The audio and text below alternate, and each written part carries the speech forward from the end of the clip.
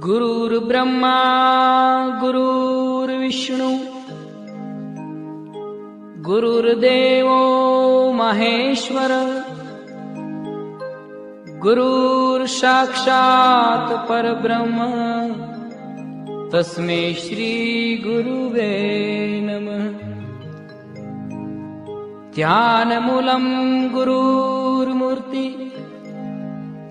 पूजामूलं गुरुपदं मंत्रमूलं गुरुवाक्यम्। श्री कृष्ण गोविंद हरे मुरारे, हे नाथ नारायण वासुदेव। श्री कृष्ण गोविंद हरे मुरारे, हे नाथ नारायण वासुदेव। हे नाथ नारायण वासुदेव, हे नाथ नारायण वासुदेव। हे नाथ नारायण वासुदेव, हे नाथ नारायण वासुदेव। श्री कृष्ण गोविंद हरे मुरारे, हे नाथ नारायण वासुदेव। श्री कृष्ण गोविंद हरे मुरारे, हे नाथ नारायण वासुदेव। कुंडली कवरदेव हरी विठ्ठल, श्री ज्ञानदेव तुकाराम, पंढरीनाथ भगवान की जय, माऊली ज्ञानेश्वर महाराज की जय, जगद्गुरु संत तुकाराम महाराज की जय, शांती ब्रह्म एकनाथ महाराज की जय, सच्चिदानंद श्रीपाद बाबा की जय, सच्चिदानंद रामदास बाबा की जय। अवधूत चिंतनम श्री गुरुदेव दत्त गोपाल कृष्ण भगवान की जय। बोलो रे भाई सब संतन की जय।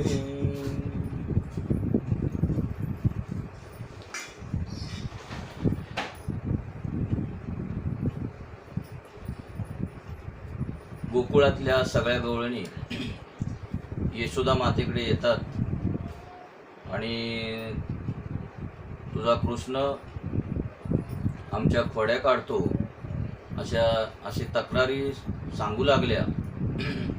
त्या म्हणू लागल्या, बाय ग तुझा कृष्ण काना बाळताना गोकुळात घालितो धिंगाणा।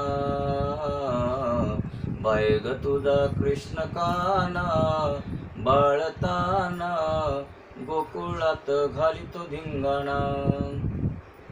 तुझ्या कृष्णाला आवर, तो गोकुळात येऊन धिंगाणा घालतो। तशीच एक प्रभावती नावाची एक गोपी म्हणाली, ही काय मोठी गोष्ट आहे, मी त्याला भरल्या हातांनी पकडून आणीन। ती गोपी काहीशी अभिमानी होती। कृष्णाने ठरवले की आज आपण प्रभावतीच्या घरी जावे। प्रभावती लपून बसली होती। हळूहळू सर्व मुले घरात येऊन दाखल झाली आणि कफलम कफलम म्हणू लागली। कृष्णाने शिंक्यावरून लोणी काढले व स्वतः खाल्ले, मित्रांना दिले आणि वानरांना पण खाऊ घातले। उपकार मग तो किती असो, भगवंत कधी विसरत नाहीत। राम अवतारात वानरांनी झाडाची पाने खाऊन भगवंताची सेवा केली होती। त्या अवतारात तर भगवंत तपस्वी होते, म्हणून त्यांना ते काही देऊ शकले नाहीत। म्हणून या अवतारात भगवंताने त्यांना दही लोणी खाऊ घातले। माणूस कित्येक वेळा वानरा इतकाही संयम ठेवित नाही। वानर हे राम आणि सीता यांचे सेवक आहेत, म्हणून ते रामफळ व सीताफळ कधी खात नाहीत। जर माणूस वानरा इतपत मर्यादा ठेवू शकत नसेल तर तो वानरापेक्षाही टाकाऊ समजावा। सर्वांनीच पोटभर लोणी खाल्ले। इतक्यात प्रभावती हळूच बाहेर पडली। मित्रांनी तिला पाहिले व म्हणू लागली, अरे कृष्णा, पळा पळा, पहा ती प्रभावती आली। पण कृष्ण म्हणाला, अरे येऊ दे, पाहूया काय करते ती। प्रभावतीने कृष्णाला पकडले। कृष्ण तिला म्हणाला, मला सोडून दे, नाहीतर माझी आई तुला मारील। तू मला सोडणार नाहीस तर तुला तुझ्या सासऱ्याची शपथ आहे, तुझ्या नवऱ्याची शपथ आहे. प्रभावती म्हणाली, आज मी कशी सोडीन? तुला रंगेहात पकडले आहे. मी तुला यशोदेजवळ नेते. कृष्ण म्हणतो, सोडून दे मला. प्रभावतीचा मुलगाही या नवनीत चोर मंडळांचा सदस्य होता. त्याला वाटले की यशोदा आता कृष्णाला मारील. तो आपल्या आई प्रभावतीला म्हणाला, माते, कृष्णाने तर चोरी केली नाही. मीच सर्व मुलांना बोलावले होते. मारायचे असेल तर मला मार, पण कृष्णाला तू सोडून दे. आता मी 4 महिने लोणी खाणार नाही. प्रभावतीने विचार केला की यशोदेला आमची गोष्ट खरीच वाटत नाही, म्हणून मी आज तिला खरा प्रकार दाखवू इच्छिते. यशोदेने कृष्णाला दाटले तर काही हरकत नाही, मी त्याला मारूही देईन. अहंकारासोबत दुर्गुणही येत असतात. प्रभावतीला वाटत होते की तिच्याशिवाय आजपर्यंत कृष्णाला कुणी पकडू शकले नाही, म्हणून तिने कृष्णाला सोडले नाही. सर्वच मुले रडू लागली. कृष्ण म्हणाला, अरे अशा भीता का? मी आज चांगलीच मजा करणार आहे बरं. साधना केल्याने भगवंत हाती तर लागतो. जर साधनेवरची श्रद्धा भंग पावली तर तो हातचा निसटून पण जातो. प्रभावती कृष्णाला पकडून घेऊन चालली असताना समोरून एक वृद्ध येत होता. त्याला पाहून प्रभावतीने घुंगट तोंडावर वाढला. कृष्ण प्रभावतीला म्हणाला, माझा हा हात दुखत आहे, दुसरा हात धरशील तर बरे होईल. प्रभावती हात बदलत असता कृष्णाने आपल्या मित्राला इशाऱ्याने जवळ बोलावून आपल्याऐवजी त्याचा हात प्रभावतीच्या हातात दिला. अशा प्रकारे कृष्ण प्रभावतीच्या तावडीतून सुटला. पळत पळत तो आईजवळ आला व म्हणू लागला, आई, एक गोपी मला मारण्यासाठी येत आहे. मी तिचे काहीच नुकसान केले नाही. आईने त्याला खोलीत बसायला सांगितले. प्रभावती मोठ्या घमेंडीत चोराला धरून चालली होती. ती बाहेरूनच ओरडली, माते यशोदे, ऐकलं का? पहा तर खरं, मी तुझ्या कृष्णाला चोरी करीत असतानाच पकडून आणले आहे. याला शिक्षा झालीच पाहिजे. यशोदा बाहेर येऊन म्हणाली, अगं, तू वेडी तर नाहीस ना? माझा मुलगा तर घरातच आहे. हा कुणाचा मुलगा तू पकडून आणला आहेस? ईश्वराचा शोध घ्यावायचा असेल तर त्याला आपल्या आतच शोधा. त्याला जो बाहेर शोधतो तोच दुःखी होतो. इंद्रिय रूपी गोपी म्हणजे ईश्वर बाहेर आहे, परमानंद बाहेरच आहे. तर निष्काम बुद्धिरूपी यशोदा ईश्वरानंदाला हृदयरूपी घरातच शोधते. इंद्रिय ईश्वरानंदाला बाहेर शोधतात म्हणून मिळवू शकत नाहीत. निष्काम बुद्धी ईश्वराला हृदयात शोधते म्हणून तिला ईश्वराची प्राप्ती लवकर होते. जो जीव प्रापंचिक विषयात आनंद प्राप्त करू इच्छितो त्याची अवस्था त्या प्रभावतीसारखी होत असते. सर्व लोक त्याची टिंगल उडवीत असतात. यशोदा म्हणाली, अगं, तू पाहा तर जरा की तुझ्या हातात कोण आहे? प्रभावती पाहते तो तिच्या हातात तिचाच मुलगा होता. ती मोठ्या अचंब्यात पडली. मी तर कृष्णालाच पकडले होते. रस्त्यातच काहीतरी गडबड झाली असली पाहिजे. प्रभावती अभिमानी आहे, घमेंडी अहंकारी बुद्धीच प्रभावती होय. अशी बुद्धी ईश्वराला कधी प्राप्त करून घेऊ शकत नाही. म्हणजे प्रभावती रूपी अहंकारी बुद्धी परमेश्वराला कधीच प्राप्त करू शकत नाही. निष्काम बुद्धीच भगवंताची प्राप्ती करून घेऊ शकते. ईश्वराला सकाम नव्हे तर निष्काम बुद्धीच शोधू शकते. भगवत प्राप्ती झाल्यानंतर प्राप्तीचा जर अहंकार होईल तर भगवंत हातातून निसटून जातील. परमात्मा भेटतात तर खरे, पण अहंकार होतात, अदृश्य होऊन जातात.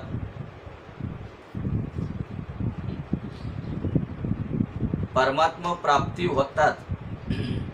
साधकाच्या मनात एक प्रकारची घमेंड उत्पन्न होते, म्हणजे मागोमाग अभिमान उत्पन्न होतो. हा अभिमान साधनेची उपेक्षा करतो. साधनेच्या उपेक्षेमुळे भगवान अप्रसन्न होऊन निघून जातात. साधना अवश्य करा, पण साधनेचा अहंकार मात्र होऊ देऊ नका.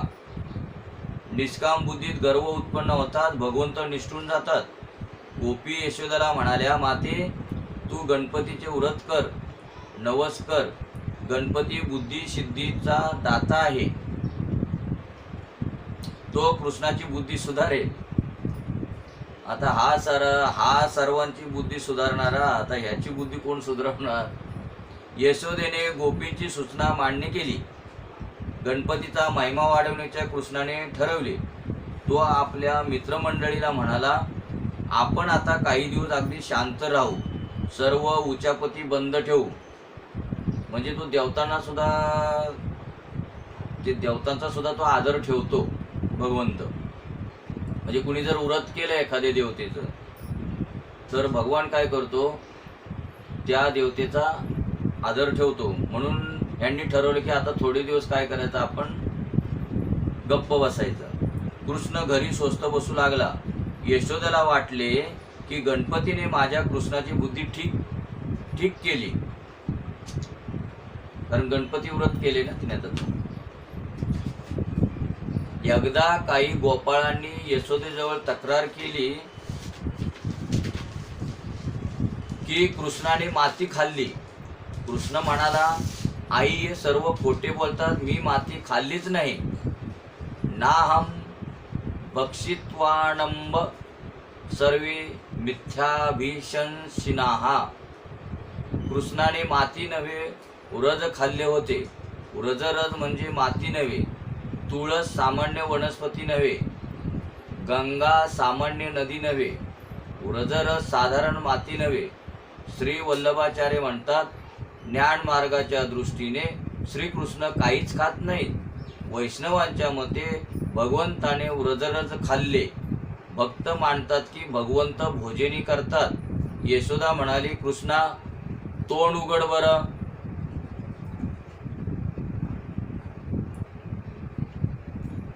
तिला सर्व मुलांनी काय केलं, त्या कृष्णाची सर्व मुलं येऊन यशोदेला सांगायला लागली की तुझ्या कृष्णाने माती खाल्ली. बरं, त्यातच त्या मुलांचं ठीक आहे, पण बळीराम दादा सुद्धा म्हणायला लागला की म्हणे, आई कृष्णाने आज माती खाल्लीच. तेव्हा कृष्ण सांगतोय की आईला, आई अगं मी माती नाही खाल्ली. आई ग आई नाही खाल्ली म्या माती. आई ग आई नाही खाल्ली म्या माती. बळीराम दादा खोट बोलतो, बळीराम दादा खोट बोलतो, बळीराम दादा खोट बोलतो, बळीराम दादा खोट बोलतो. आई ग आई नाही खाली ग म्या माती. आई ग आई नाही खाली ग म्या माती. आई उलट आणखीनच रागवली, कृष्णा तोंड उघड बरं, मला पाहू दे की तू माती खाल्लीस की नाही.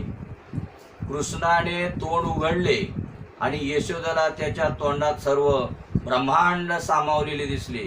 मुखदर्शनाच्या निमित्ताने कृष्णाने आपल्या आईला विश्वरूप दाखविले. ईश्वरी स्वरूपाचे ज्ञान लीलेत बाधक होते. वैष्णवी वेतनो नान्मायम पुत्रस्नेह मयीम विभुहा. कृष्णाने आईच्या हृदयात पुत्रस्नेहमयी वैष्णवी योग मायेचा संचार केला. त्यामुळे यशोदा कृष्णाचे वास्तविक स्वरूप विसरून त्याला आपला मुलगाच समजू लागली.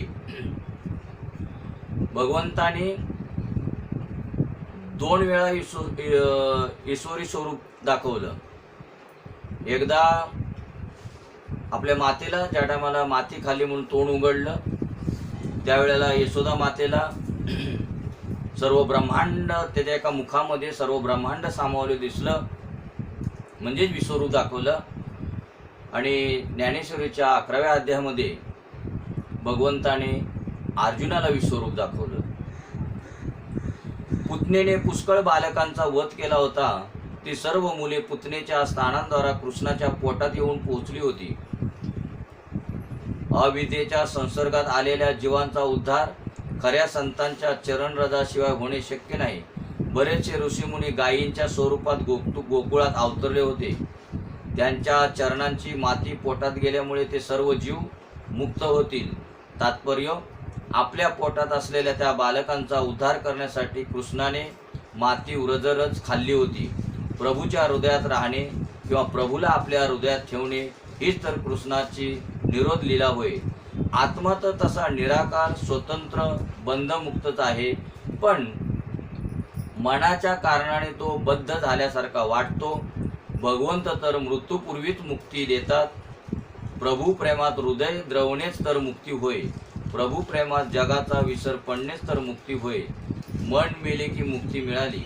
मनाच्या मृत्यूने निरोध होतो आणि निरोध झाल्यानंतर मुक्ती मिळते. मृत्यूच्या नंतरच नव्हे तर मृत्यूच्या पूर्वीही मुक्ती मिळू शकते. मरणापूर्वी जो मुक्त होत नाही त्याला मृत्यूनंतर मुक्ती मिळणे फार कठीण आहे. शरीर व इंद्रिय यांच्या उपस्थितीत ज्याला भजनानंद प्राप्त होतो त्याला शरीर त्यागानंतर परमानंदाचा अनुभव येत असतो. भागवत मृत्यूनंतर मुक्ती देणारे शास्त्र नाही, ते तर जिवंतपणेच मुक्ती देते. म्हणून माऊली म्हणतात की मोक्ष मेल्यापाठी आमाशी होईल, आयशे जे म्हणते अतिमूर्ख. म्हणजे या देहात असतानाच आपल्याला मुक्ती मिळाली पाहिजे. मृत्यूनंतर मुक्ती मिळते की नाही हे कोण जाणतो. याच कारणाने महात्मे जीवनमुक्तीचे गुण गातात.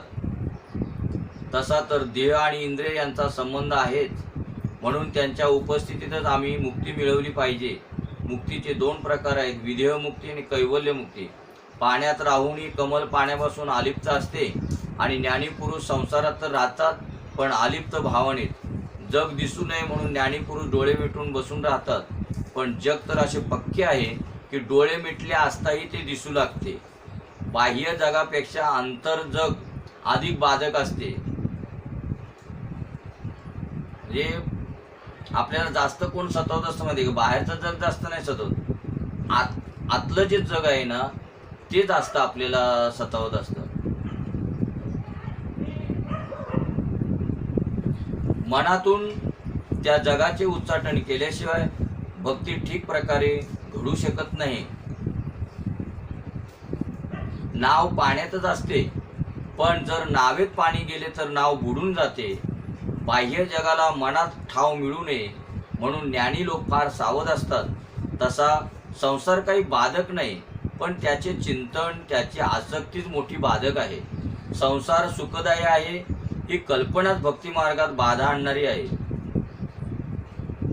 ज्ञानीपुरुष आवश्यकता म्हणून शरीराला धारण करतात, पण हे स्पष्टपणे जाणून असतात की सांसारिक सुख भ्रामक आहे. संसारातील सुख केवळ आभासात्मक असते. दृश्य पदार्थापासून आपली दृष्टी हटवून ती जर दृष्ट्याची ठाई स्थिर केली तर आनंद प्राप्त होतो. दृश्य दुःखरूपच आहे. दृश्याचा जो द्रष्टा आहे त्याला साक्षी म्हणतात. दृश्य दुःखरूप आहे तर द्रष्टा आनंदरूप आहे. दृश्यावरून दृष्टी हटवून द्रष्ट्यामध्ये स्थिर केली तर आनंद मिळेल. आपल्याला जगात राहायचे आहे व विषयही जगात राहणार आहेत. शरीर, मन व जग यांच्यापासून पळून तर जाता येत नाही, म्हणून आसक्ती सोडली पाहिजे. म्हणजे संसार सोडायचा नाही, संसारावरची जी आसक्ती असते ती सोडायची. अज्ञानी जीव जगाकडे भोगदृष्टीने पाहतो तर ज्ञानी भगवत दृष्टीने पाहत असतो. म्हणजे अज्ञानी जीव जो आहे तो जगाकडे भोगदृष्टीने पाहतो आणि ज्ञानी जे आहेत तर भगवत दृष्टीने पाहत असतात जगाकडे. मायेचा अर्थ आहे लौकिक नामरूपात आसक्ती व भक्तीचा अर्थ आहे अलौकिक नामरूपात आसक्ती. भक्ती मार्गात भाव व श्रद्धेशिवाय सिद्धी मिळू शकत नाही. आत्म्याला काय मुक्त करणार, तो तर मुक्तच आहे. प्रभूच्या हृदयात निवास करणेच निरोध होय. विरोध व वासना निरोधाला प्रतिबंध करतात. जो पावे तो हृदयात विरोध आहे, तो पावे तो निरोध असू शकत नाही. जीवनातून विरोध व वासना निघून जातात, निरोध आपोआप येतो. मुक्ती केव्हा मिळते? शरीराच्या मृत्यूने मुक्ती मिळत नाही. बऱ्याच जणांना असं वाटतं की मेल्यानंतर मुक्ती मिळेल म्हणून, पण शरीराच्या मृत्यूने मुक्ती मिळत नाही, तर मनाच्या मृत्यूने मुक्ती मिळते. म्हणजे मन मेल्याशिवाय मुक्ती मिळू शकत नाही. मनाचा निरोधच मुक्ती होय. दशमस्कंदात निरोध लिहिला आहे. सर्व सांसारिक विषयातून मन निघून जेव्हा ते भगवंताशी एकरूप होते तेव्हा मुक्ती मिळते. परमात्मा आनंदरूप आहे. मन अर्धचेतन आहे. मन सांसारिक विषयांशी एकरूप होऊ शकत नाही, कारण संसार जड आहे आणि मन अर्धचेतन आहे. सजातीय वस्तूच एकरूप होऊ शकतात. म्हणजे एक विजातीय आणि एक सजातीय ते एकरूप होऊ शकत नाहीत. तर सजातीय जे वस्तू आहेत त्या दोन्ही सजातीय असले पाहिजे, तेव्हा ते एकरूप होऊ शकतात. आणि संसार हा जड आहे आणि मन हे अर्धचेतन आहे, म्हणून संसार आणि मन एकत्रित होऊ शकत नाही, म्हणजे एकरूप होऊ शकत नाही. मन ईश्वराशिवाय दुसऱ्या कुणाशी एकरूप होऊ शकत नाही, अभिन्न होऊ शकत नाही. माणूस कितीही कामी का असेना, काम सुखानंतर त्याचे मन स्त्री देहापासून दूर होते. कामेच्छा दुसऱ्या वेळी जागू शकेल, पण तात्काळ तो स्त्री देहापासून दूर सरतोच. आता ती उदासीनता जर कायमची मनात ठाण मांडून बसली तर नाव परतीला लागलीच म्हणून समजा. वैराग्य क्षणिक नको, स्थायी पाहिजे. म्हणजे तात्पुरतं तेवढे पुरता वैराग्य नको, ते कसं स्थायी असलं पाहिजे. विषय भोगानंतर लगेच उत्पन्न होणारे वैराग्य खरे वैराग्य नसते, तर तो वैराग्याचा आभास असतो. कित्येक वेळा वैराग्य उत्पन्न तर होते, पण माया त्याला टिकू देत नाही. मन सांसारिक पदार्थांशी नव्हे तर ईश्वराशी एकाकार होऊ शकते. कृष्णलीला मनाचा निरोध म्हणजे हृदयात प्रभूचा निवास करण्यासाठी आहे. पूर्वजन्माचे शरीर तर मरत असते, पण मन नवा देह धारण करून येत असते. जीवात्मा मनाबरोबर जात असतो, म्हणून शरीरापेक्षा मनाची काळजी अधिक व्हावी लागते. मृत्यूनंतर सुद्धा मन सोबतच असते. पती पत्नी माता पिता पुत्र परिवार तुम्ही मेल्यानंतर येथेच राहून जातील, पण मन मात्र सोबतच येईल. म्हणून तर इतर सर्वांवरील आसक्ती कमी करून मनाची चिंता अधिक करायची आहे. जर एखादी सांसारिक वस्तू बिघडली किंवा हरवली तर दुसरी आणता येईल, पण मन जर काय एकदा बिघडले तर दुसरे मन कोणत्याही बाजारात मिळू शकणार नाही. जीवात्मा तण सोडतो, पण मनाला सोबतच घेऊन जातो, म्हणून मन सतत सांभाळले पाहिजे. गीतेत म्हटले आहे, मनः षष्ठानींद्रियाणि प्रकृतिस्थानी कर्षति अधिष्ठाय मनच्चायम विषयानुपसेवते. जीवाच्या ठिकाणी वास करणारा माझा अंश त्रिगुणमयी मायेत स्थिर होऊन मनासहित पाचही तुमच्या मनात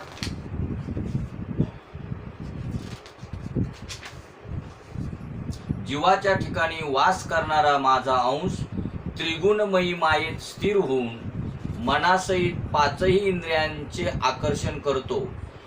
मनाचा आश्रय घेऊन जीवात्माच्या विषयांचा उपभोग घेत असतो, म्हणून मृत्यूनंतरही मन तर सोबतच असते. शरीर मरते पण मन मरत नाही. मन तेव्हाच मरते की जेव्हा ते मन मोहनांशी एकरूप होते, म्हणजे भगवंताशी एकरूप होते, तेव्हाच मन मरते. बाकी त्याला कुठलाच उपाय नाही. म्हणजेच मुक्ती मिळते, तेव्हाच मन मरते. विषयांच्या मागे धावत असताना मनाचा नाश होऊ शकत नाही. मन जर भगवंताचे चिंतन ध्यान मनन करील तर त्याला भगवंतही मिळू शकतो. कुणाचा गुरु होण्याची इच्छा कधी धरू नका. कुणाचाही गुरु होण्याची इच्छा कधी धरू नका. प्रथम आपण आपल्या मनाचीच गुरु व्हा. म्हणून रामदास स्वामींनी म्हटले आहे, मना सज्जना भक्ती पंथीची जावे, तरी श्रीहरी पाविजी तो स्वभावे.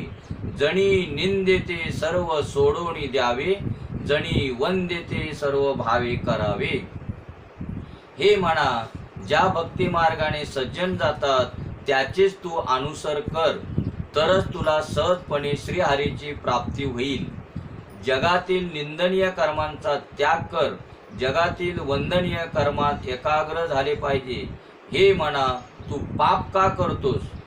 आता कोण कोणाला सांगतं? तसं बघायला गेलं तर आपण जे बोलतो आपण सांगतो ते कोणाला सांगत असतं? तुकाराम महाराज म्हणतात की मी जे सांगतो मी जे बोलतो ते मी माझ्या मनाला सांगतो, माझ्या मनाला मी समजावतो. तसं हे म्हणा, आपण पण काय केलं पाहिजे? आपल्या मनाला प्रथम समजावलं पाहिजे. हे म्हणा, तू पाप का करतोस? तू सज्जन असूनही दुर्जनांसारखे वर्तन का करतोस? जर कुणी एखाद्याने सांगितले की ह्या लाडूत विष कालवले आहे, तर तुम्ही तो लाडू खाल का? म्हणून याप्रमाणे मनाला समजून सांगा की सारे विषय विषारी आहेत, त्यांचा उपभोग कधी घेऊ नका. जगातील विषयांकडे नेहमी शंकाकुल दृष्टीने पहा. आचार्य शंकराचार्यांनी म्हटले आहे, भवसुखे दोषाणु सांधीयताम. गुरु होण्यापेक्षा कुणाचा शिष्य होणे फार चांगले असते. जर तुम्ही कुणा व्यक्तीचे गुरु असाल आणि त्या व्यक्तीने जर पाप केले असेल तर त्यासाठी तुम्ही जबाबदार धरले जाल. आत्मा मनाचा गुरु आहे, स्वामी आहे, मुक्त आहे, म्हणून मुक्ती मनाला मिळते. आत्मा तर मुक्त आहे, स्वतंत्र आहे. निद्रा आणि समाधीत अंतर आहे, तरी पण बरेच साम्यही आहे. समाधीत मन सर्व विषयांपासून निवृत्त होत असते आणि चित्तवृत्तीचा निरोध होत असतो. झोपेतही मनाला जगाचा विसर पडत असतो. जगाचा विसर पडल्यावर झोप लागत असते. झोपेत मन जगातील विषयांपासून वेगळे होत असते, पण निद्रा अवस्थेत मन पूर्णतः निर्विषय होत नसते. निद्रा सुख तामसी असते. निद्रेत अहंभाव शिल्लक राहत असतो, अहंकाराचा लय होत नसतो. समाधीत पण पूर्णतः निर्विषय होत असते. समाधीत मन पूर्णतः निर्विषय होत असते व अहंकारी लुप्त होत असतो. श्रीमद शंकराचार्य शिवमानस पूजेत म्हणतात, आत्मा त्वं गिरिजामतिहा सहचराः प्राणाः शरीरम ग्रहम. पूजा ते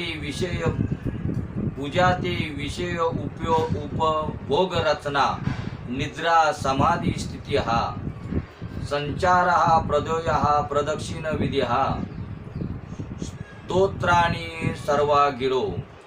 यद्यत् कर्म करोमि तद्दखिलम शंभो तवाराधनम. हे शंभो, तू माझा आत्मा आहेस, पार्वती माझी बुद्धी आहे, आपले गण म्हणजे माझे प्राण, माझे शरीर आपले मंदिर होय. सर्व विषय उपभोगांची रचना आपली पूजा आहे. निद्रा ही समाधी होय. पायांचे चलन वलन ही प्रदक्षिणा होय. माझे सर्व बोलणे आपले स्तोत्र होय. त्याचप्रमाणे माझी सर्व कर्मे आपली आराधना रूप बनवत. योगीजन आत्मस्वरूपात मनाचा लय करतात. मनाला कोणताही विषय चिंतनास नसेल तर ते आत्मस्वरूपात जाऊन मिळेल आणि असा लय होणेच मुक्ती होय. म्हणजे मन ज्या वेळेला सर्व विषयांपासून अलिप्त होईल तेव्हाच ते आत्मस्वरूपात जाऊन मिळेल. असा लय होणे म्हणजेच मुक्ती होय. विषयांच्या चिंतनाने मन जिवंत असते व विषय त्यागाने मन मरून जाते.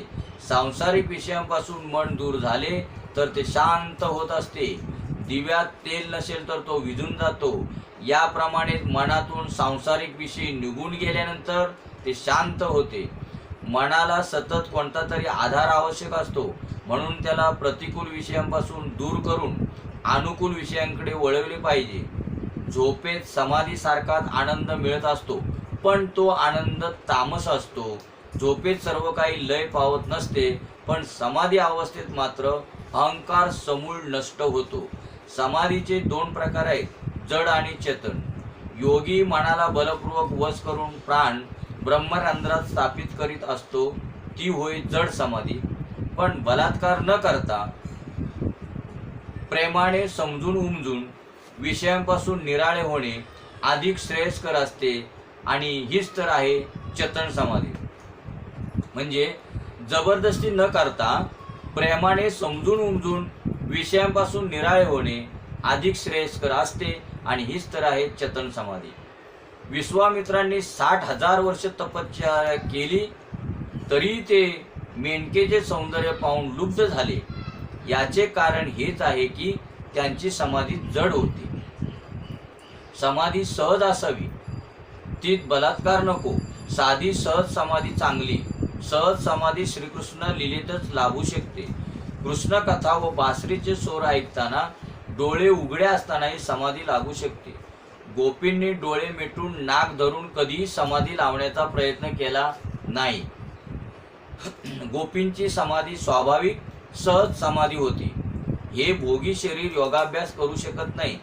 भोगी जर योगी बनण्याचा प्रयत्न करील तर तो रोगी होईल. योगाचे सर्वप्रथम साधन हे ब्रह्मचर्य. ब्रह्मचर्याचे पालन केल्याशिवाय योग सिद्धी प्राप्त करून घेण्याचा प्रयत्न करणारा अधोगतीच्या खड्ड्यात जाऊन पडतो.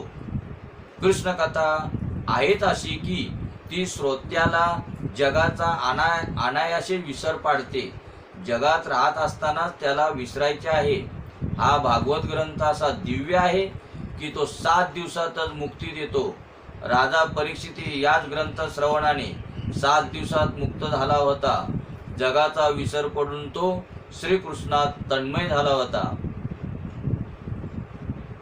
मोठमोठ्या ज्ञानी महात्म्यांना अशी आशंका होती की राजा परीक्षिती केवळ 7 दिवसात कसा मुक्त होईल.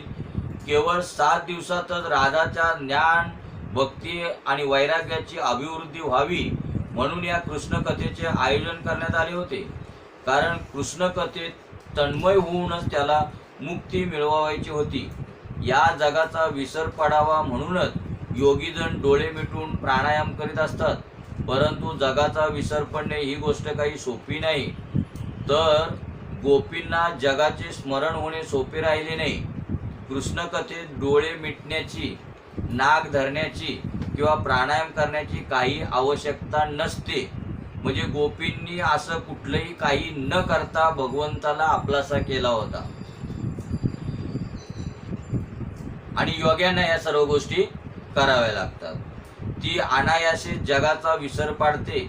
मनाचा संयम तेव्हाच होऊ शकतो की जेव्हा ती कुणाचाही विरोध करीत नसते. मनात विरोध व वासना ठेवू नका. विरोध व वासना निरोधबाधक असतात. जगातील कुणाही जीवाचा विरोध करू नका. जगातील भोग्य पदार्थाविषयी मनात इच्छा बाळगू नका. निरोधाने सहजच मुक्ती मिळते. श्रीकृष्ण लीलेने अनायासे मनाचा निरोध होतो. जगाची विस्मृती आणि भगवंताची अखंड स्मृती म्हणजे निरोध होय. पुतना वासना ठाण मांडते म्हणून डोळ्यांना कृष्णरूप माधुरीत स्थिर करा आणि कानांना कृष्ण कथेशी जोडून द्या. जर हा संसार सुंदर आहे तर या सुंदर संसाराचा निर्माता किती सुंदर असेल असा विचार कधीतरी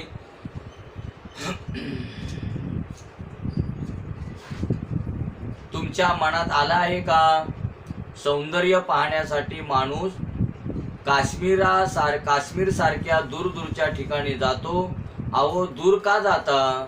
खरे सौंदर्य तर अंतरात आहे, ईश्वरात आहे. त्याला पाहण्याचा प्रयत्न करा. परमेश्वराच्या कोणत्याही स्वरूपाशी श्रद्धापूर्वक तन्मय झाल्याने मुक्ती मिळू शकते. भागवताचे म्हणणे असे नाही की फक्त श्रीकृष्ण रूपातच लीन व्हा. तुम्हाला आवडेल त्या रूपात तुम्ही तन्मय व्हा. भगवंताच्या ज्या रूपात तुम्हाला श्रद्धा असेल त्या रूपाशी तुम्ही एकरूप व्हा. भगवंताचे कोणतेही स्वरूप मुक्ती देणारे आहे.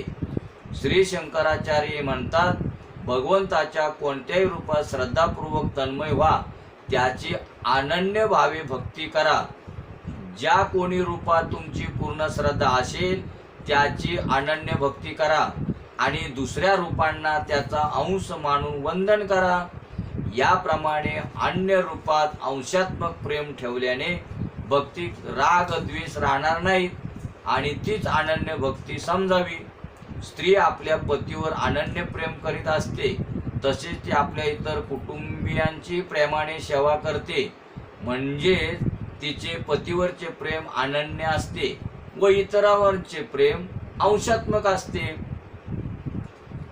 म्हणजे ती पतीवर प्रेम ज्यावेळेला करते तेव्हा इतरांवरही करते, पण पती प्रेमा खातर इतरांवर प्रेम करते. अशा अंशात्मक प्रेमाने पतीवरच्या अनन्य प्रेमात कोणती बाधा वा न्यूनता येत नाही.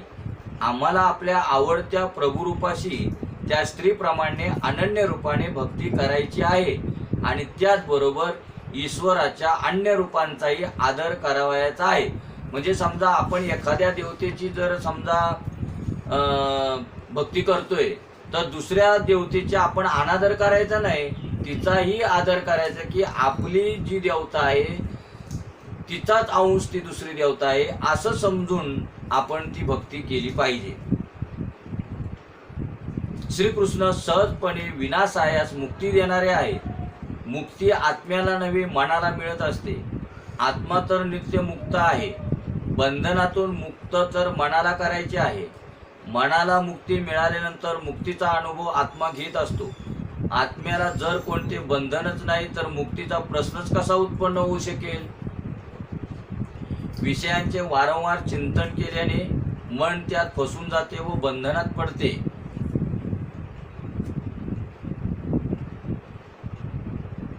आत्मा तर परमात्म्याचा अंश आहे म्हणून त्याचे बंधन कल्पना मात्रच मानावे. कुणी आत्म्याला परमात्म्याचा अंश मानतात तर कुणी दोघांनाही एकच मानतात. काही लोक आत्मा व परमात्म्यात अंशी भाव मानतात. जीव ईश्वराचा अंश आहे. भगवंताने गीतेत म्हटले आहे, ममय वांसो जीव लोके. या सूत्रावर टीका करताना श्रीमद शंकराचार्य म्हणतात, अंश इव जीवाहा. आत्मा ईश्वराच्या अंशासारखा आहे, अंश नव्हे. जीव ईश्वराचा अंश होऊ शकत नाही. ईश्वराचे तुकडे होऊ शकत नाहीत. होय, आत्मा परमात्मा एक आहेत.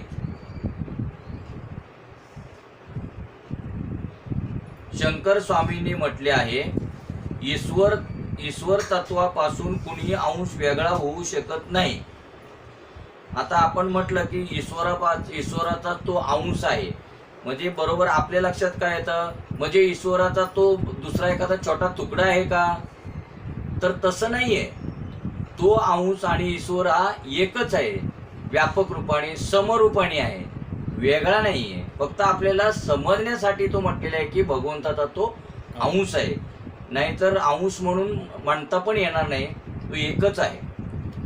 एक हरी, आत्मा, जीव, शिव सम एक आहे आणि कसा आहे, सम आहे. म्हणजे तो अंशही म्हणता येणार नाही.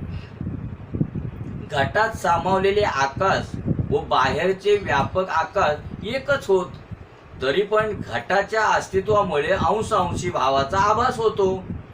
त्याप्रमाणे परमात्मा आणि जीव एक असूनही निरनिराळे दिसतात.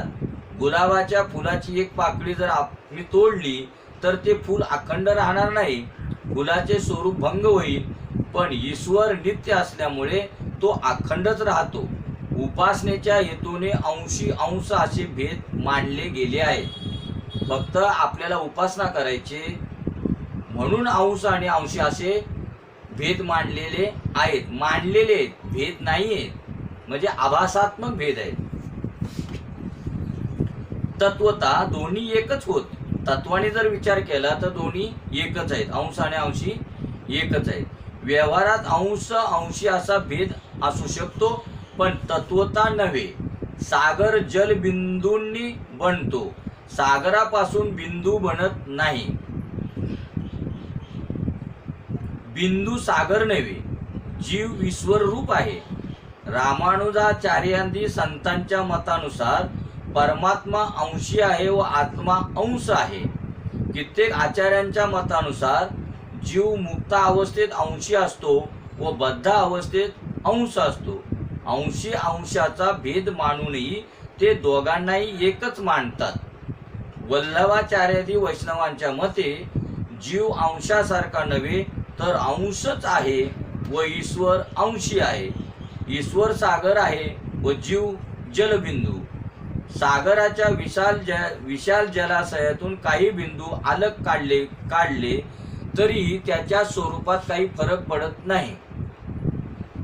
त्याच प्रकारे ईश्वरापासून जीव वेगळा झाल्यानंतर ईश्वराच्या स्वरूपात कोणतीही विकृती उत्पन्न होत नाही. ज्ञानेश्वरीमध्ये ज्ञानेश्वर महाराज सांगतात, म्हणजे अंशीचं स्वरूप.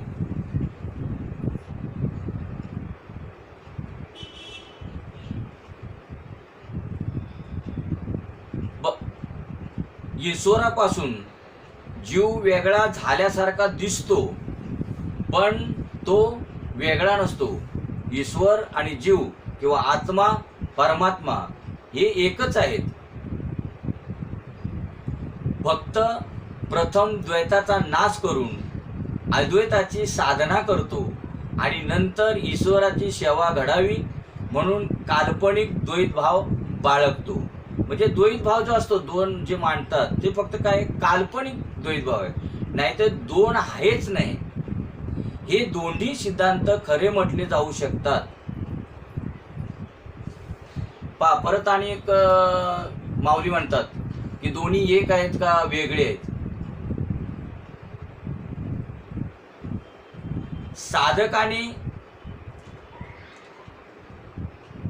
साधकाला ती गोष्ट कळावी म्हणून ज्ञानेश्वर म्हणतात, हो का तरंगू लहानू परी सिंधुशी नोहे भिन्नू तैसा ईश्वर मी आणू नोहेची गा. म्हणजे हो का तरंगू लहानू परी सिंधुशी नोहे भिन्नू, जर सागराची जी एक लाट आहे ती सागरापासून वेगळी झालेली दिसते, पण ती वेगळी नसून ती सागर स्वरूपच आहे. म्हणजे हो का तरंगू लहानू परी सिंधुशी नोहे भिन्नू, तो वेगळा नसतोच, फक्त काय कळलं आपल्याला तो वेगळा भासतो. इथं कसं सांगितलंय की भक्त प्रथम द्वैताचा नाश करून अद्वैताची साधना करतो आणि नंतर ईश्वराची सेवा घडावी म्हणून काल्पनिक द्वैत भाव बाळगतो. हे दोन्ही सिद्धांत खरे म्हटले जाऊ शकतात. साधकाने या सिद्धांताच्या खंडन मंडनाच्या भानगडीत पडू नये. मनाने कोणत्याही सिद्धांताचा स्वीकार करून आगेकूच करावी. जर जीव ईश्वराचा अंश आहे तर त्याला माया कशी बाधू शकते. माया तर सुतही नाही आणि असुतही नाही. जोवर आम्ही स्वप्नातून जागे होत नाही तोवर ते सत्यच वाटत असते. जाग आल्यानंतर स्वप्न मिथ्या होत असते. याप्रमाणे जोवर आम्ही मायेने आवृत्त आहोत तोवर माया सत्यच वाटत असते आणि मायेचा निराश होतात ती असत्य सिद्ध होत असते. माया जीवाला भ्रम पाडू शकते, रडवू शकत नाही. जीवात्म्याला कोणतेही बंधन असू शकत नाही, तो तर मुक्तच आहे. बंधन मनाला असते. मनाचे बंधन अज्ञानामुळे आत्मा आपल्यावर लादून घेतो व आपण बांधले गेलो आहोत असे मानतो. अज्ञानामुळे जीवही मानून घेतो की आपल्याला कुणी बांधले आहे. ईश्वर अंश जीव अविनाशी चेतन अमल सहज सुखराशी सो माया बस भयऊ गुसाई बंधो कीट मरकटकी नाही. लोक म्हणतात की माझे मन बिघडले, माझे मन फसले. कुणी असे नाही म्हणत की मी बिघडून गेलो, माझा आत्मा भ्रष्ट झाला. आत्मा तर मनाचा द्रष्टा आहे, साक्षी आहे. मनाला स्वतंत्र सत्ता नाही. आत्म्याच्या आदेशानुसार त्याला काम करावे लागते. मन नपुसंक आहे, ते विषयात फसून सुखी दुःखी होत असते, पण आत्मा आरोप आपल्यावर करून घेतो. तुळशीदासाने एक दृष्टांत दिला आहे. वानरांना पकडण्यासाठी शिकाऱ्याने एक युक्ती केली. वनात ज्या झाडावर वानर असत त्यांच्या खाली एका लहान तोंडाच्या घड्यात तो चणे भरून ठेवीत असे. वानर आपल्या दोन्ही हाताने चणे काढण्याचा प्रयत्न करीत, परंतु मुठीत चणे असल्यामुळे आपले हात घड्याच्या बाहेर काढू शकत नव्हते. त्यांना असे वाटत असे की कोण्या भूताने घड्यात लपून बसून आपले हात धरून ठेवले आहेत. वास्तविक कोण्याही भूताने त्यांचे हात धरून ठेवले नव्हते. तर त्यांनी मूठ सोडून दिले असते तर हात बाहेर निघू शकत होते. म्हणजे आपण म्हणतो की म्हणजे आपल्याला कोणीतरी बांधलं गेलंय आपल्याला, पण तसं नसतं. आता बघा त्या घड्यामध्ये कसं बांधलं गेलो आपण. मुक्त होता परी बळे झाला बद्ध घेऊन या छंद माझे माझे. मुक्तच होता, आत्मा मुक्तच असतो, पण मुक्त होता परी बळे झाला बद्ध, तो स्वतःहूनच बद्ध झालाय. कसा म्हणून हे दृष्टांत सांगितलं की कळशीमध्ये चणे ठेवलेले आहेत, ते माकड गेला. आता चणे याला खायचे तर ते एका हाताने काढून खायला पाहिजे ना. त्याने दोन्ही हात आतमध्ये टाकले. बरं आता दोन्ही हात बाहेर काढण्याचा प्रयत्न, परत आत त्यांनी काय केलं, मुठी वळल्या दोन्ही. आता त्या कळशीचं तोंड केवढं असतं, ते बाहेर येऊ शकतात का. बरं आता त्याला बाहेर यायचं असेल तर काय करावं लागेल. त्याचे हात जर बाहेर काढायचे असेल काय करावं लागेल, त्याला त्या मुठी सोडाव्या लागतील. जोपर्यंत मुठी सोडत नाही तोपर्यंत त्याची सुटका होणार नाही. मग तसं जीव काय करतो, विषयामध्ये प्रपंचामध्ये बळेच बांधून घेतला जातो आणि म्हणतो मी बद्ध झालो. संसारी असा जे घडा आहे, सांसारिक विषय हे चणे होत व मन हे वानर समजावे. अहंकार वच मन विषयांना आपल्या मुठीत बंद करून ठेवित असते. असे असूनही ते समजत असते की आपल्याला कोणी धरून ठेवले आहे. ममता व अहंकाराच्या मुठीत मनाने विषयांना धरून ठेवले आहे व स्वतः सोडू इच्छित नाही. जीवाचे बंधन वानराच्या बंधनासारखेच आहे. या दोघांचे बंधन अज्ञानमूलक आहे. अज्ञानाचा नाश झाल्यावर बंधन राहत नसते. अज्ञानाची उपाधी दूर होतात, परमात्मा व आत्मा एक होतात. मायेने संसाराच्या घड्यात विषयांचे चणे भरून ठेवले आहेत. मायेने संसाराच्या घड्यात विषयांचे चणे भरून ठेवले आहेत. समजून उमजून जर या विषयरूपी चण्यांना सोडता आले तर मग मुक्तीच आहे. आपल्या मुलाला मुलगा झाल्यावरही म्हातारा घर सोडून वृंदावन वा काशीला जाऊ इच्छित नाही. प्रथम तो म्हणत असतो की माझ्या मुलाचे लग्न झालं की मी घर सोडीन. आता तो म्हणतो की माझा धाकटा मुलगा मला जाऊ देत नाही, कारण काशी वृंदावनात त्याची सेवा चाकरी कोण करील. इकडे म्हाताऱ्याच्या मुलांना वाटत असते की जर म्हातारा वृंदावनात गेला तर त्याच्या पेन्शनच्या रकमेचा फायदा आपल्याला मिळणार नाही, कारण तो आपल्या पेन्शनची रक्कम तेथे मागविल. तेथे तो ती सर्व रक्कम साधू संतांना वाटून देईल. जर तो येथेच घरात राहिला तर ती रक्कम घरातच खर्च होत जाईल. बाजारातून भाजीपालाही तो आणत जाईल व आपल्या मुलांनाही सांभाळत जाईल. आणि जर आम्ही रात्री सिनेमाला गेलो तर घराची राखण करील. याप्रमाणे म्हातारा आणि मुले एकमेकांना सोडत नाहीत. दोघांनाही आपापल्या वासना आहेत, आपापले स्वार्थ आहेत. मन जर विषयांपासून हटून भगवंताचे चिंतन करू लागेल तर मुक्ती मिळालीच म्हणून समजावे. देहाध्यास सुटून वृत्ती ब्रह्माकार झाली म्हणजे तीच मुक्ती होय. विषयांचे चिंतन करणारे मन अशुद्ध असते, विषयांचे चिंतन त्यागणारे मन शुद्ध असते. अनादी काळापासून विषयांचे चिंतन करीत राहण्याची मनाला सवयच पडली आहे. जर हेच मन श्रीकृष्ण कथेचे चिंतन श्रवण मनन करू लागेल तर त्याचे विषयांचे चिंतन करण्याची सवय सुटू शकते. इंद्रियांचा स्वामी आहे श्रीकृष्ण. डोळ्यांचा संबंध जोडा श्रीकृष्णाशी. सर्वत्र सर्वांमध्ये व सर्वदा ईश्वराचे दर्शन करा. इंद्रियरूपी गोपींचे आत्म्याशी मिलन करायचे आहे. 5 इंद्रियांचे विषय 5 आहेत. जर इंद्रिय आपापल्या विषयापासून दूर होतील तर त्यांचे ऐक्य आत्म्याशी होऊ शकते. इंद्रिय गोपींचे प्रभूच्या बरोबर लग्न लावून टाका. इंद्रिय गोपींचे म्हणजे इंद्रियरूपी गोपींचे प्रभूच्या बरोबर लग्न लावून टाका. गोकुळातील लीलेचे तात्पर्य आहे गोपींची जिवंतपणीच मुक्ती. गोपींना मुक्त करण्यासाठी श्रीकृष्णाने गोकुळ लीला केली होती. गोपींना जिवंतपणे मुक्त करण्याची कृष्णाला इच्छा होती. गोपी आपल्या घरात खुशाल राहूत पण त्यांचे मन विचलित होणार नाही अशीच लीला कृष्णाने केली. कोणत्याही प्रकारची साधना धारणा केल्याविनाही गोपींचे मन श्रीकृष्णात जडले होते. पहा, कोणत्याही प्रकारची साधना धारणा केल्याविनाही गोपींचे मन श्रीकृष्णाला जडले होते. गोपींनी भक्ती मार्गांचे आचरण केले होते. महाप्रभू म्हणतात, मला नवीन काही सांगायचे नाही, मी तर गोपींचाच मार्ग दाखवित आहे. लौकिक पदार्थात जितकी आसक्ती असते तितकीच जर भगवंतात असली तर संसाराची बंधने तुटून जातील. श्रीकृष्णाचे सौंदर्यच असे आहे की ते पाहिल्यानंतर जगातील कोणतेही सौंदर्य मनाला रुचतच नाही. श्रीकृष्ण अति सुंदर आहे, जग सुंदर आहे असे मानल्याने कामदृष्टी उत्पन्न होते. श्रीकृष्ण कथेत अनायासेच तन्मयता होते. भगवंत आमच्या सर्व इंद्रियांना विषयांपासून हटवून आपल्याकडे आकर्षित करून घेतात. ज्याचे मन सुंदर आहे त्याच्याच घरचे लोणी कृष्ण ग्रहण करतात. भगवंताला नेहमी सांगत राहा की नाथ, माझे मन जड पदार्थापासून हटवून तुमच्याकडे आकर्षित करून घ्या. मनाला तेव्हाच शांती मिळते की जेव्हा ते ईश्वरात स्थिर होते.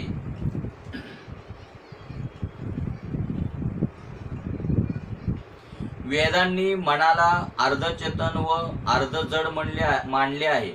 संकल्प केला तर मन हजारो मैल दूर जाऊ शकते. मनाचा लय ईश्वरातच होईल, जड पदार्थात नाही. वस्तू सजातीय पदार्थातच मिसळू शकते. दुधात साखर मिसळू शकते, दगड नाही. संसारातील सर्वच पदार्थ नाशवंत आहेत. क्षणाक्षणाला क्षीण होत आहे, तोच संसार होय. हे मन ईश्वरातच विलीन होऊ शकते, दुसऱ्या कोणत्याही पदार्थात नाही. मन ईश्वरापासून दूर होणेच बंधन होय. ईश्वराचे पायी मनाचे जडून राहणेच मुक्ती होय. मन ईश्वरापासून दूर झाले की ते बिघडून जाते. भगवंताच्या लीलेचे हेच तात्पर्य आहे. गोपी आपल्या मनात श्रीकृष्णाचे ध्यान करीतच घरचा कामधंदा करीत असत. मनाला मुक्त करायचे आहे, त्याला एकाग्र करायचे आहे, ईश्वराशी त्याचे ऐक्य करायचे आहे. रिकामपणी जर मनात एखाद्या वस्तूचा विचार आला तर समजा की मन त्या वस्तूत गुंतले आहे. गोपी तर रिकामपणी श्रीकृष्णाच्या लीलेचे श्रवण कीर्तन ध्यान करत असत. संकटाच्या वेळी जीव विश्वासघात करीत असतो, पण भगवंत तर धावतच येत असतात. सर्व विषयांचा त्याग करून मनाला ईश्वरात जडविणेच मुक्ती होय. मन अनायासे प्रभू लीलेत रमण्यासाठीच ही देवाची निरोध लीला आहे. दशम स्कंदातील कृष्ण लीला जगाचे विस्मरण आणि प्रभूचे अखंड स्मरण करून देते. गोपींनी जगाला विसरून केवळ कृष्णांचे स्मरण करीत राहावे, याच हेतूने ही कृष्णलीला आहे. कृष्णलीलेत मन लावल्याने जगाचा विसर पडू शकेल. शरीर कुठेही असो, पण मन मात्र गोकुळ वृंदावनातच राहू द्या. जो मरून जगतो आणि जगून मरतो तोच खरा शूर म्हणावा. जो मरूनही जगतो तो मुक्त होतो. मृत्यूचेच मरण हीच तर मुक्ती होय. गोपी घरकाम करत असतानाही कृष्णात इतक्या तल्लीन होऊन जात असत की करूनही तेही काम त्या करीत. चुलीत लाकडाबरोबर त्या दागिनेही जाळून टाकीत. म्हणजे चुलीत लाकडं घालायला पाहिजे ना, त्याऐवजी दागिने घालत असायच्या. काळाने धक्के मारून बाहेर काढावे आणि आम्ही रडत रडत संसार सोडावा, यापेक्षा वेळेवर सावध होऊन समजून उमजून संसारातून मुक्त होणे चांगले असते. नायमात्मा प्रवचने न लभ्यो न मेधया न बहुधा श्रुतेन येम वैस ऋणुते तेन लभ्येस तस्सैस आत्मा विवृणुते तणुम स्वाम. परमात्मा वेदाध्ययनाने शास्त्र श्रवणाने किंवा बुद्धी चातुर्याने मिळत नाही. परमात्मा वेदाध्ययनाने शास्त्र श्रवणाने किंवा बुद्धी चातुर्यानेही मिळत नाही. ज्या पुरुषावर आत्मा कृपा करतो त्यालाच त्याची प्राप्ती होते. ज्या पुरुषावर आत्मा कृपा करतो म्हणजे भगवंत त्याच्यावर कृपा करतो त्याला त्याची प्राप्ती होते, किंवा जो ज्याला प्राप्त करू इच्छितो त्याला तो मिळत असतो. परमात्मा ज्याला आपला मानून स्वीकारतो त्यालाच तो प्राप्त होतो. म्हणजे आपण भगवंतावर प्रेम करतो ते नवल नाही. भगवंताने आपल्यावर प्रेम केलं पाहिजे. आपण भगवंताचा स्वीकार करतो त्यात नवल नाही. भगवंताने आपला स्वीकार केला पाहिजे. आता यापुढे परमात्मा श्रीकृष्ण परमप्रेमाचे स्वरूप आहे. सामान्य प्रेम व परमप्रेम यात अंतर आहे. पुत्र पत्नी माता पिता इत्यादींकावर जे प्रेम असते ते सामान्य प्रेम होय. जगातील सर्व पदार्थ व सर्व जीव यावर जे निस्वार्थी प्रेम असते ते परमप्रेम होय. जीव मोठा अयोग्य आहे, अपात्र आहे. तो मनाने डोळ्यांनी नेहमी पाप करीत असतो, तरी ईश्वर त्याच्यावर प्रेमच करीत असतो. ईश्वर जीवावर प्रेम करतो, त्याच्यावर प्रेमाचा वर्षाव करतो आणि त्याच्याकडून प्रेमाची अपेक्षा करतो. ईश्वर प्रेमानेच वश होऊ शकतो. धनाने देव वश होत नाही, कारण तो स्वतःच लक्ष्मीपती आहे. म्हणजे त्याच्याकडे काय कमी आहे? तो लक्ष्मीचा पती म्हणजे तो धनाचाही पती आहे, तर त्याला काय कमी आहे? पण आपण एवढंसं काही धन द्यायचं आणि म्हणायचं की देवा तू मला प्राप्त हो. तर तसं नाही. जेव्हा शारीरिक बल, द्रव्य बल, ज्ञान बल इत्यादी सर्व पराभूत होतात तेव्हा प्रेम बलच जिंकते. प्रेम बल सर्वश्रेष्ठ आहे. प्रेम बळ परमेश्वराला वश करण्याचे साधन आहे. काही लोक विचारतात की देवावर प्रेम कसे करावे. घरचे लोक आम्हाला सुख सुविधा देतात म्हणून आम्ही त्यांच्यावर प्रेम करतो. त्या प्रकारे समजावे की परमात्म्याच्या कृपेने आम्ही सुखी आहोत. त्याच्या नावाचा वारंवार जप व त्याचे नित्यस्मरण ठेवाल तर त्याच्यावर प्रेम जडेल. भगवंताच्या इच्छेहून तुमची इच्छा भिन्न असेल तर देवावर तुम्ही प्रेम करू शकणार नाही. आपल्या इच्छेचा त्याग करून भगवंताची इच्छा तीच आपली इच्छा समजा. वैष्णव आपल्या इच्छेला देवाच्या इच्छेशी एकरूप करून देवात लीन होऊन जातात. महात्मे प्रभूला प्रेमाने जिंकतात. जीव पूर्णतया प्रेम करील तर भगवंत वश होतो. अशा प्रेम कथेचे या दामोदर लीलेत वर्णन आहे. शुकाचार्य म्हणतात, राजा आता पुढे ऐक. गोपींनी कृष्णाचे नाव नवनीत चोर असे ठेवले. ही गोष्ट यशोदेला रुचली नाही. ती कृष्णाला आग्रहाने सांगू लागली की बाहेरचे लोणी खाणे चांगले नाही, घरचेच लोणी चांगले. कृष्ण म्हणू लागला की मी घरचे लोणी खाऊ लागलो तर घरचे लोणी संपून जाईल. मी बाहेर कमाई करूनच खाऊ इच्छितो. अहो, स्वाद गोपींच्या लोण्यात नाही तर त्यांच्या प्रेमात होता. गोडी प्रेमात असते, वस्तूत नाही. गोडी कशामध्ये असते? प्रेमामध्ये असते, वस्तूमध्ये नाही.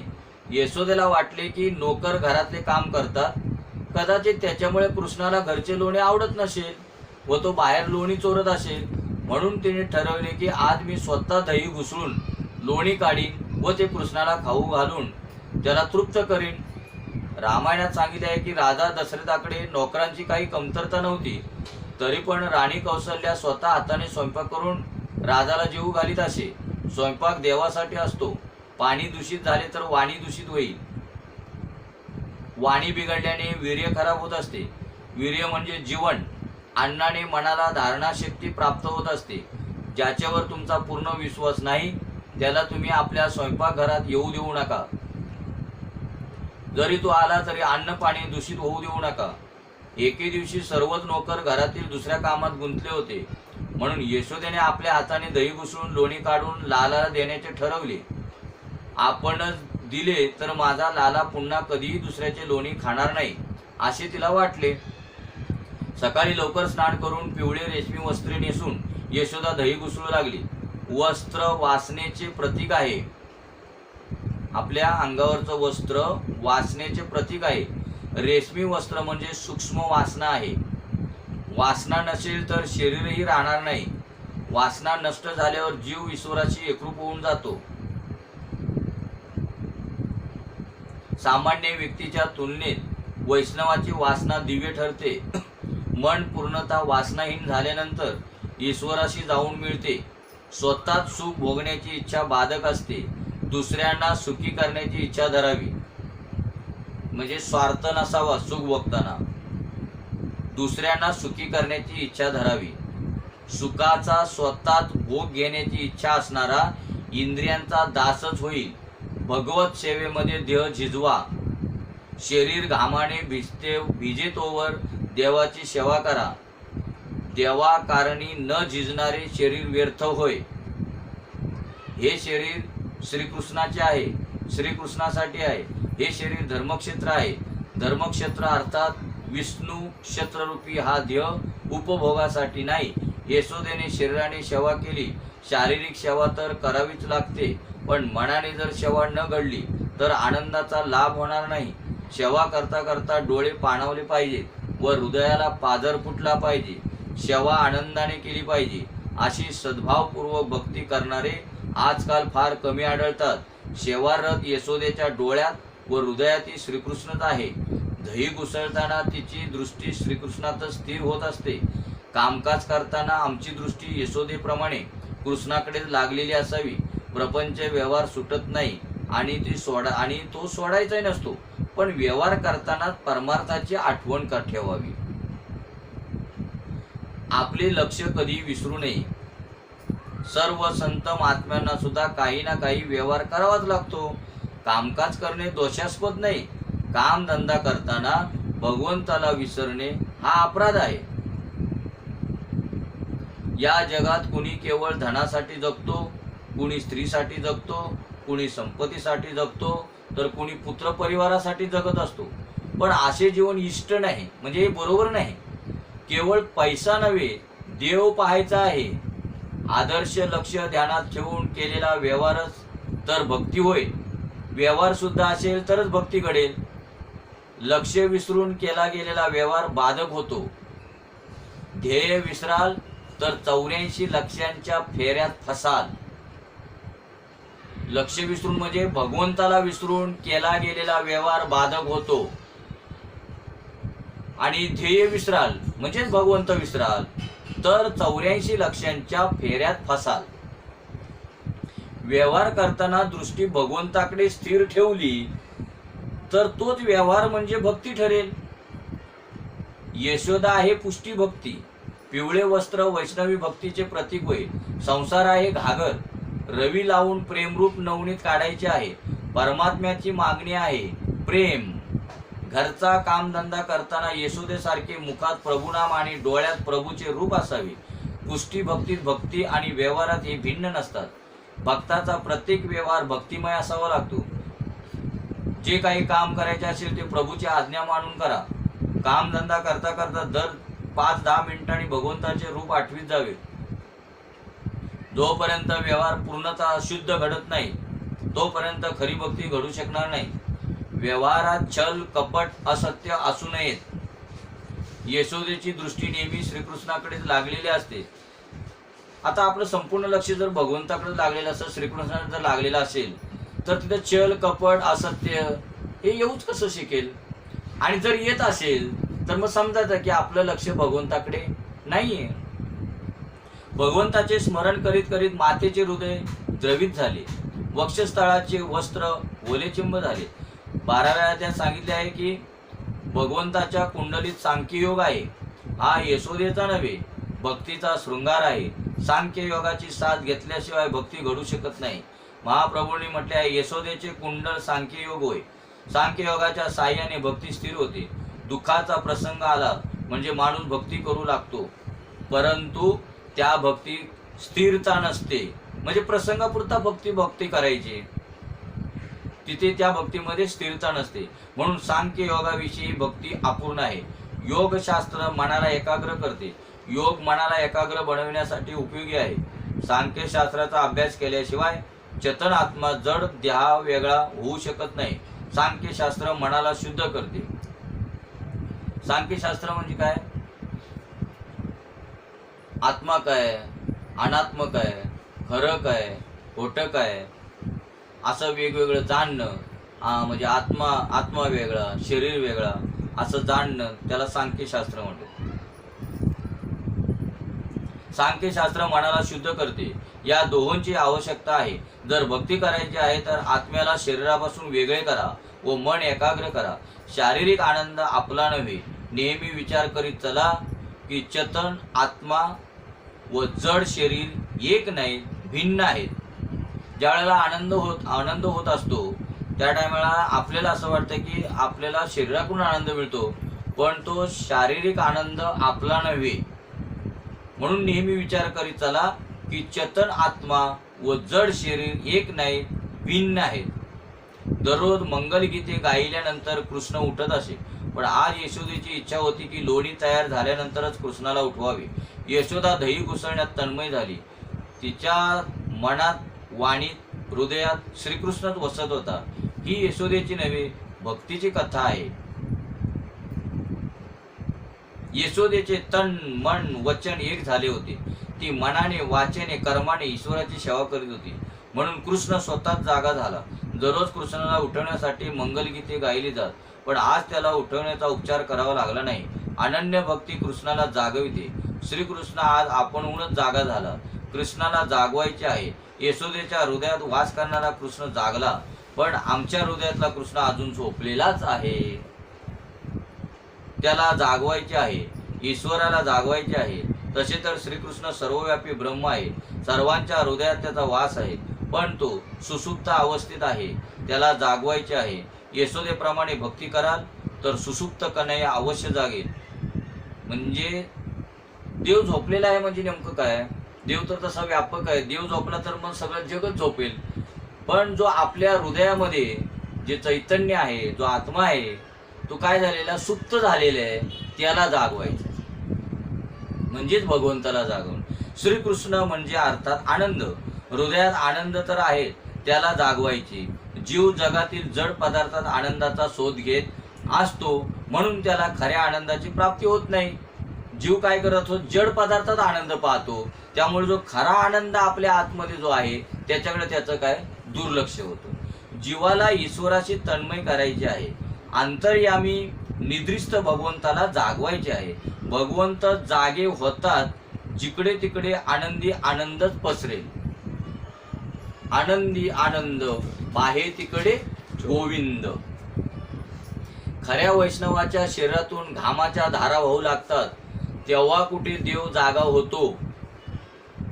आणि आता जर आपण एखादा जर भक्ती करायला लागला आणि त्याच्या शरीरातून जर घामाच्या धारा येऊ लागल्या, तर तो पहिला म्हणेल, पहिला एसी लावा, माझ्या अंगातून घामाच्या धारा वाहू लागल्यात.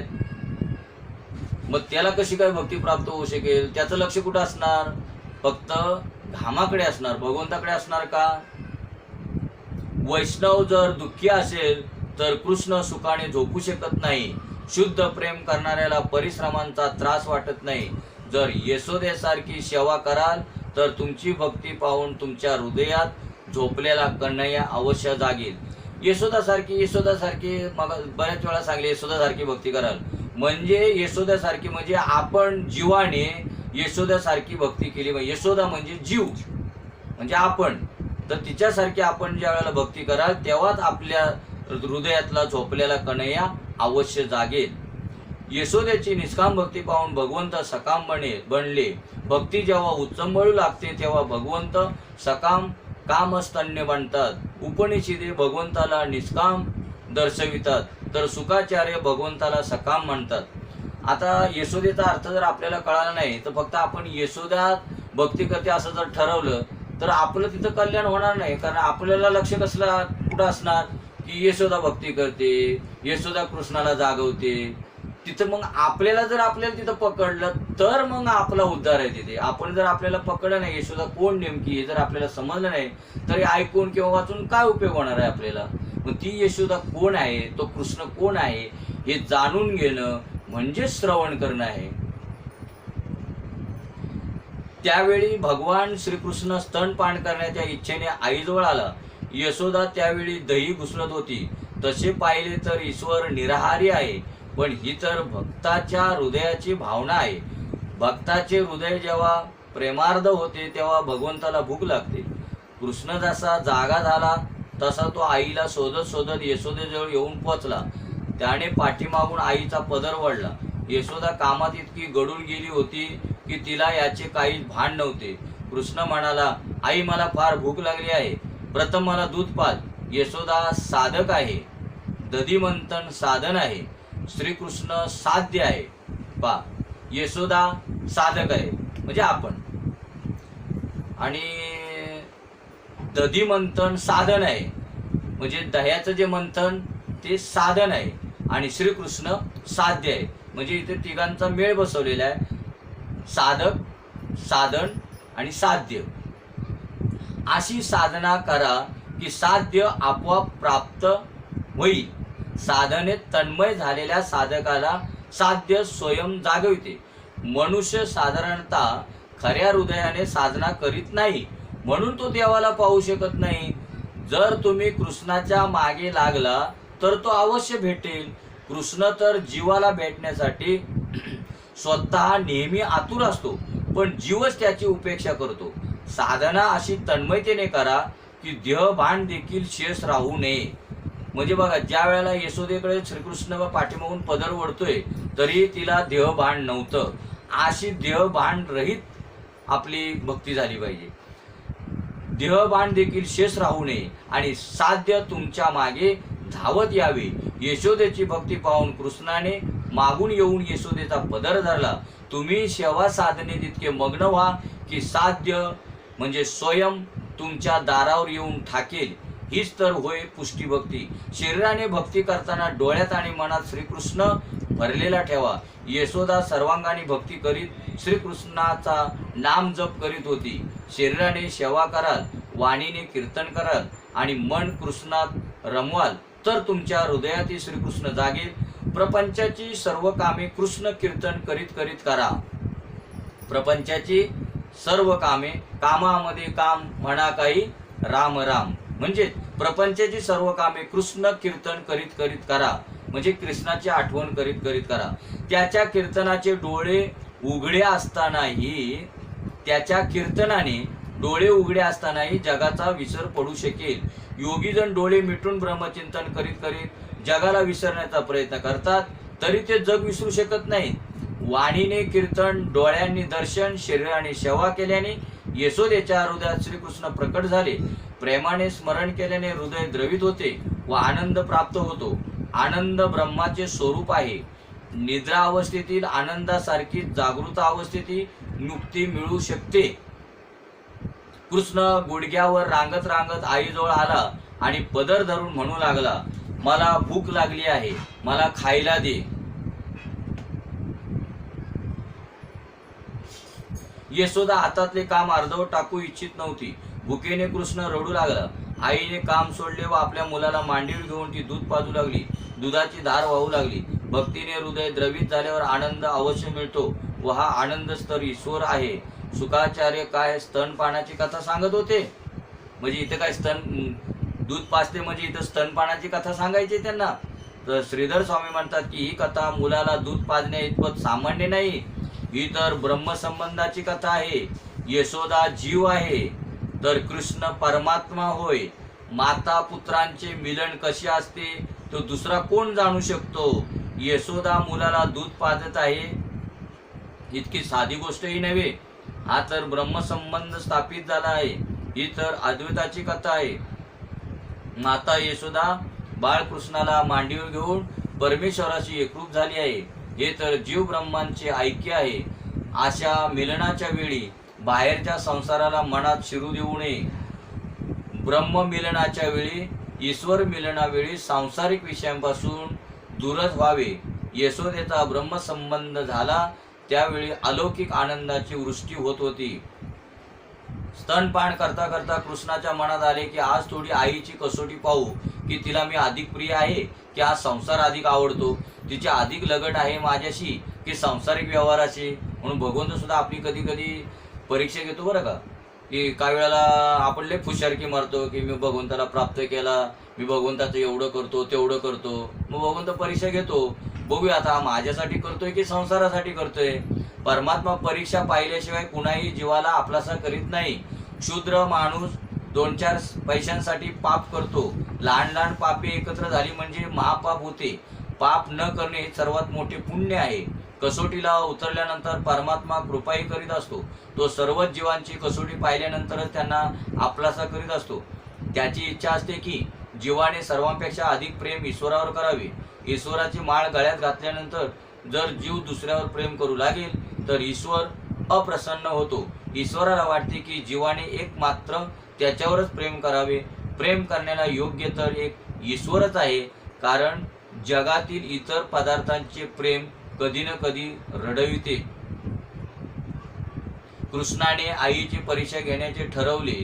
कृष्ण मनात विचार करू लागला की मी चुलीवरच्या अग्नीला वारा घालीन, मग तो अग्नी भडकेल, त्यामुळे चुलीवरचे दूध उतू जाऊन ती चुलीत सांडू लागेल. तेव्हा जर आई मला सोडून दूध वाचवण्याकरता धावेल तर मग मी समजेन की तिला मी प्रिय नसून सांसारिक पदार्थच तिला अधिक प्रिय आहेत. हे आपण उद्या पाहू. पुंडलिक वरदेव हरी विठ्ठल श्री ज्ञानदेव तुकाराम पंढरीनाथ भगवान की जय. माऊली ज्ञानेश्वर महाराज की जय. जगद्गुरु संत तुकाराम महाराज की जय. शांती ब्रह्म एकनाथ महाराज की जय. सच्चिदानंद श्रीपाद बाबा की जय. सच्चिदानंद रामदास बाबा की जय. अवधूत चिंतनम श्री गुरुदेव दत्त गोपाल कृष्ण भगवान की जय। बोलो रे भाई सब संतन की जय।